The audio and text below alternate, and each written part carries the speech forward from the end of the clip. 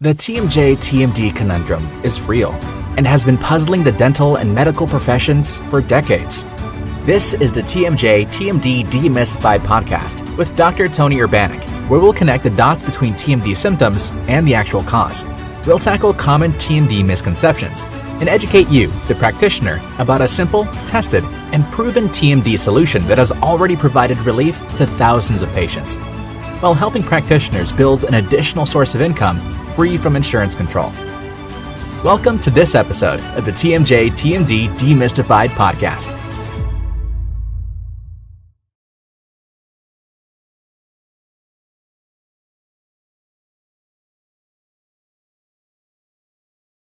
Hello, everyone. Welcome to the next episode of TMD Demystified. All you TMD warriors out there, I appreciate your being with us, and hopefully today's episode will give you some assistance, some knowledge, and enlightenment out to properly understand TMD and the treatment of TMD. I am Tony Urbanek. Today's title is Everybody has two bites, and why that is critical to understanding the correct way to treat TMD. Let me say that again, because that may not be easy to understand on first blush, and then I will explain. Everybody has two bites. All you dentists out there know that, and why that is critical to understanding the correct way to treat TMD. So let's dissect this out. First of all, let me again acknowledge that this title, is a parallel title that I use for my weekly written blog. The written blog is written primarily for patients and is written in a way with less technical jargon and more direct information to get patients to understand TMD and related symptoms, etc. But I have this parallel podcast virtually directed primarily to professionals, primarily dentists, but also, as I am finding out, hygienists and a good smattering of public are now have access to this podcast.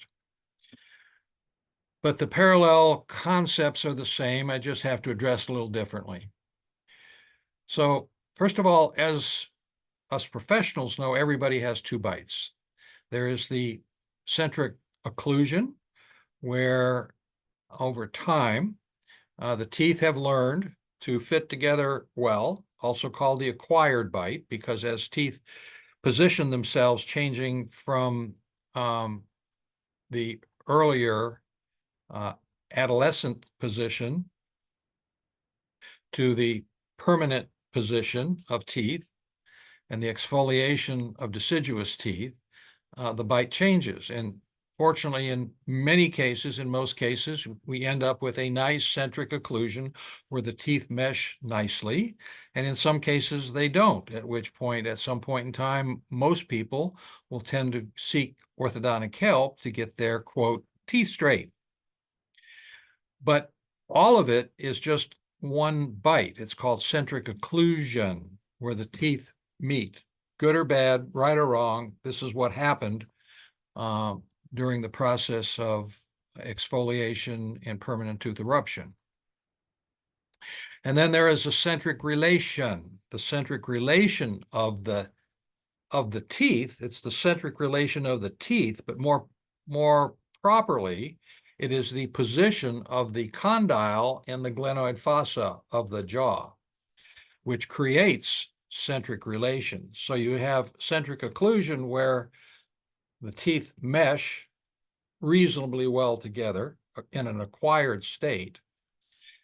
And then centric relation is that position of the jaw which allows the condyle to fit as well as possible in the glenoid fossa with the intervening meniscus. That is called the centric relation position of the condyle, but also allows the jaw to drop back somewhat. And at that point, your teeth do not fit together like they did at centric relation. The mandible is dropped back somewhat, and one way or another, to a small or great degree, you end up with the teeth not occluding in the best position. So you have centric relation, centric occlusion. So everybody in the world has two bites. Now, the difference between centric occlusion and centric relation can be very small, can be less than a millimeter, or for significant facial skeletal growth problems, as I treated for almost 50 years doing orthognathic surgery to correct facial skeletal growth problems of both the midface and the maxilla and the mandible. Those changes can be great, up to an inch or more, where you have a mandible. I think the biggest I ever seen it, it really was out, the mandible was out about 2 inches. And then you see vertical changes, vertical orthognathic problems. You can see anterior, posterior orthognathic problems, dished in mid faces. The maxilla is held back, or the maxilla is vertically excess. But all these lead to malocclusions. When the jaws don't go properly, the teeth just come along for the ride, and you end up with a functional malocclusion. In other words, your teeth do not meet together evenly. And functionally, they cause problems not only in chewing, but as is overlooked or forgotten, functionally cause significant damage or problems with the jaw joint. So when you say functional malocclusion, it's not just, my teeth don't meet together, so I don't chew as well, or I don't breathe as well, or I can't chew my hamburger as well. No, functional malocclusion most definitely includes the functional dysphoria that occurs of the temporomandibular joint when you don't have the teeth fitting together. So a difference, even a small difference between CO and CR, can actually create a functional malocclusion, at which point damages the internal structures of the temporomandibular joint, primarily the meniscus. I mean, actually, there's not much in there other than the meniscus and the linings, the synovial linings of the glenoid fossa and the condylar head, and the biconcave meniscus itself. But it's a closed system that does not have access to the outside, filled with synovial fluid, as you know, and in a healthy state works really well. The meniscus slides down the eminence nicely, and the condyle brings the condyle nicely. It doesn't make noise. You chew well. You have no pain. That's what is normally expected in the joint. But there are three actual causes. There are three circumstances that create damage to the temporomandibular joint. Functional malocclusion being one of them. There are two others. The first one that everyone is very well familiar with is bruxism, clenching or grinding. And to remind you, both clenching and or grinding create the same problems. They simply overload the jaw joint.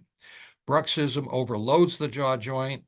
When you overload a joint of any kind, it creates damage. And the body's response to damage is inflammation in an attempt to heal the damage. So you have the first circumstance that damages the temporomandibular joint is bruxism.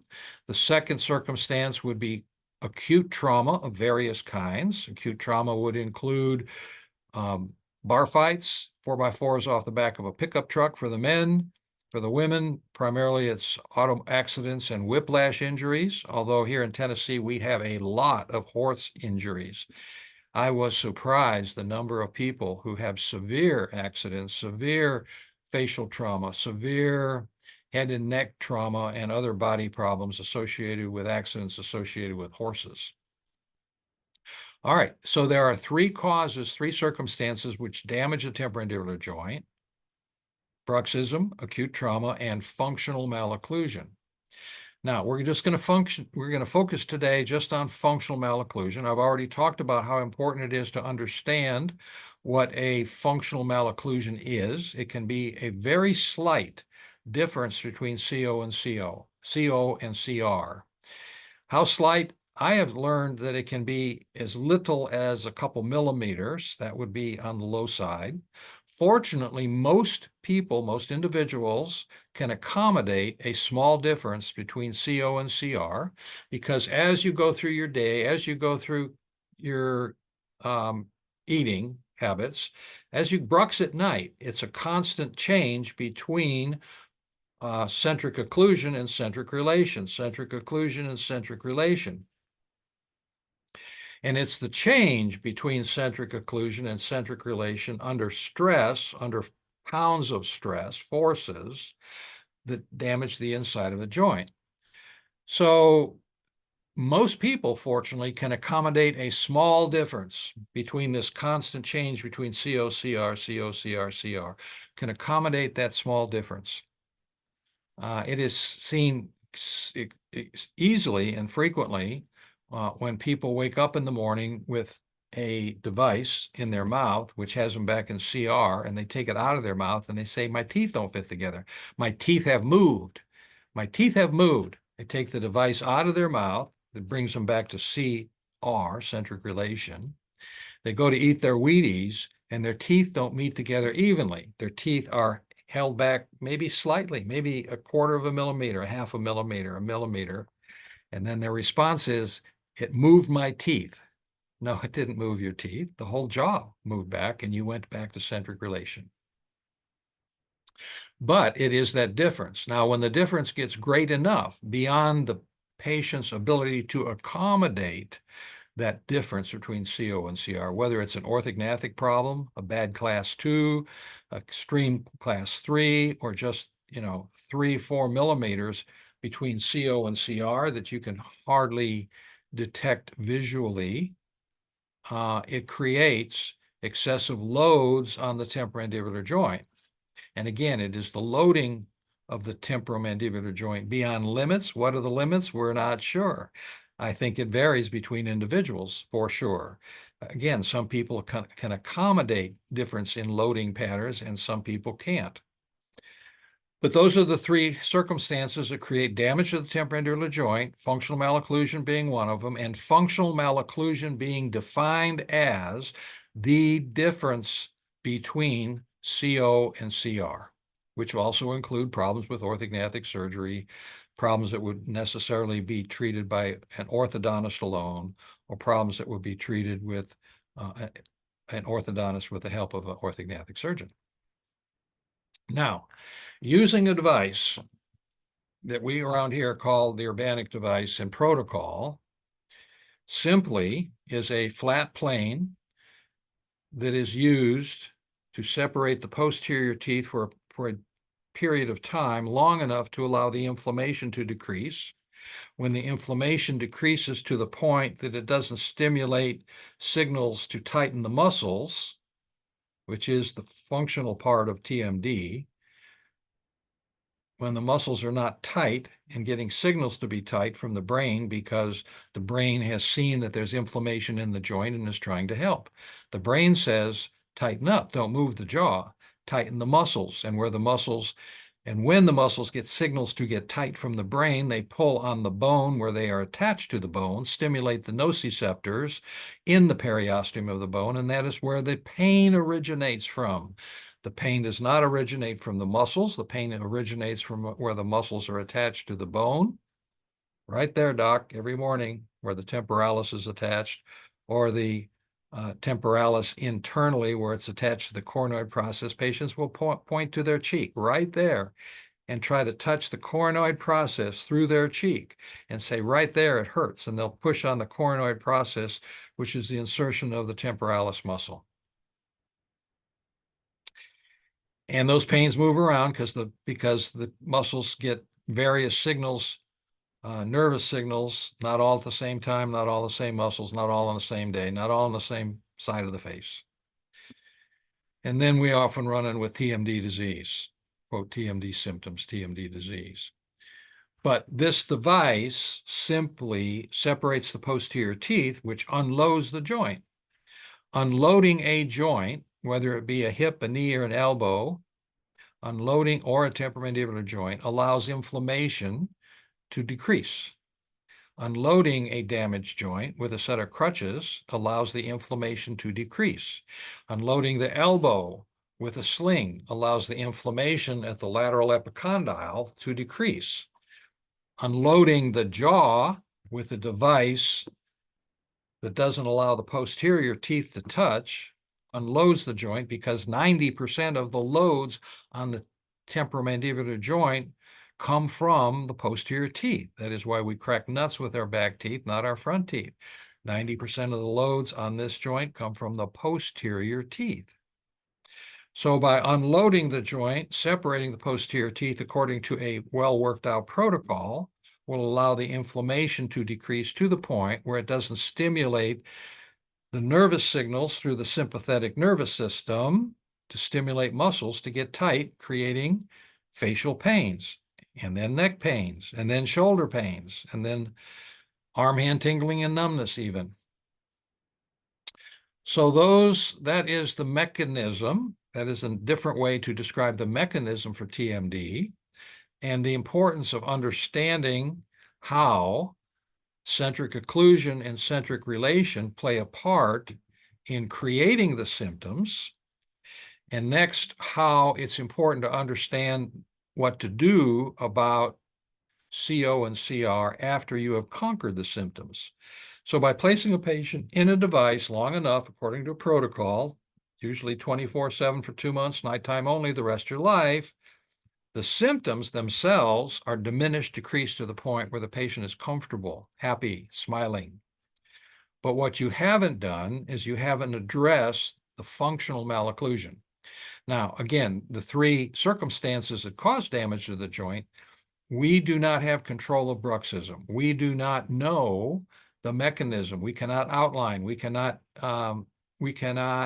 diagram exactly what's going on inside the brain to cause someone who is anxious, worried, concerned to clench or grind their teeth. The only thing we can say about bruxism is intuitively, we know that anxiety, worry, concern stimulates bruxism. The more people have anxiety, the more people brux. Some people can have a lot of anxiety and not brux. And some people can have very little anxiety and brux, but we do not know the mechanism. We do not recognize an internal mechanism within the brain, lower brain, higher brain, brainstem, that converts into bruxism. Admittedly, there are a lot of theories. Happy to let you read all about the theories, but no one knows exactly why and can say why. So regarding that cause for TMD, you have no control over it. Likewise, you have no control over a traumatic event that has already occurred. The event has occurred. Now it's just a matter of to assist the body in healing that damaging effect if possible, but you have no way to take a traumatic event and reverse it. That's not possible. However, the third circumstance that causes damage to the temporomandibular joint can be alleviated.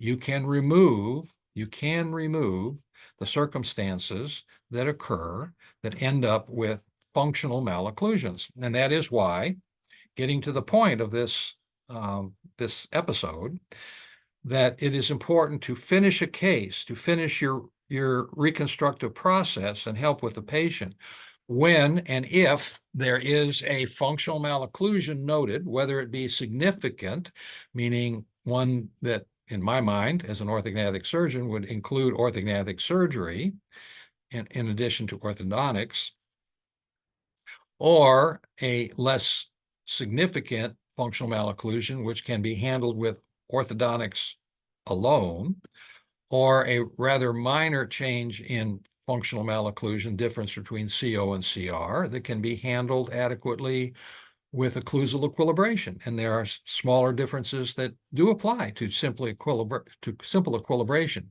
But I want to emphasize, in my career of 50 years of dealing with orthodontists and dentists who equilibrate, it is my observation that each of those mechanisms, each of those treatments has significant limitations. And the problems I've seen is by trying to treat a significant functional malocclusion well beyond the ability of that particular service to correct it.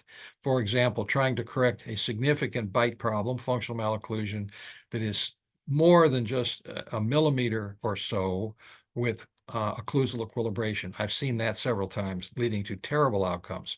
Or to try, and this is very, very common even to this day. I saw a case yesterday, a 20-year-old history of a patient who had a obvious maxillofacial skeletal deformity, which was attempted to be treated 20 years prior by an orthodontist who used tremendous amounts of traction and head frame to treat a facial skeletal deformity with braces, orthodontics, and traction, which only made matters worse. And patient paid for it 20 years later significantly.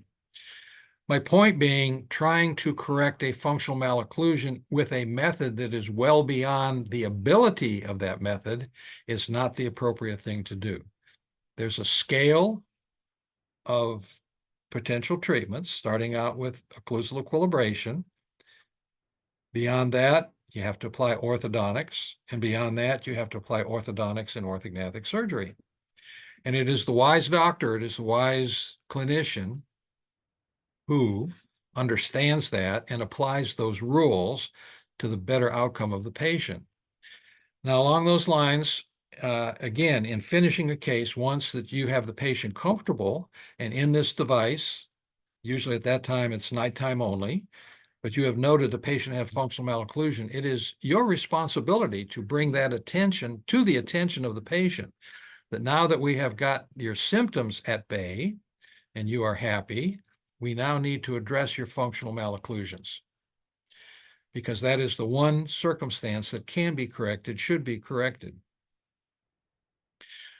I would suggest, in thinking this through, and what we do here in this practice, is that when we look for and identify a functional malocclusion early, and most of them can be identified early, we tell the patient that we're going to get you comfortable using this tool and protocol,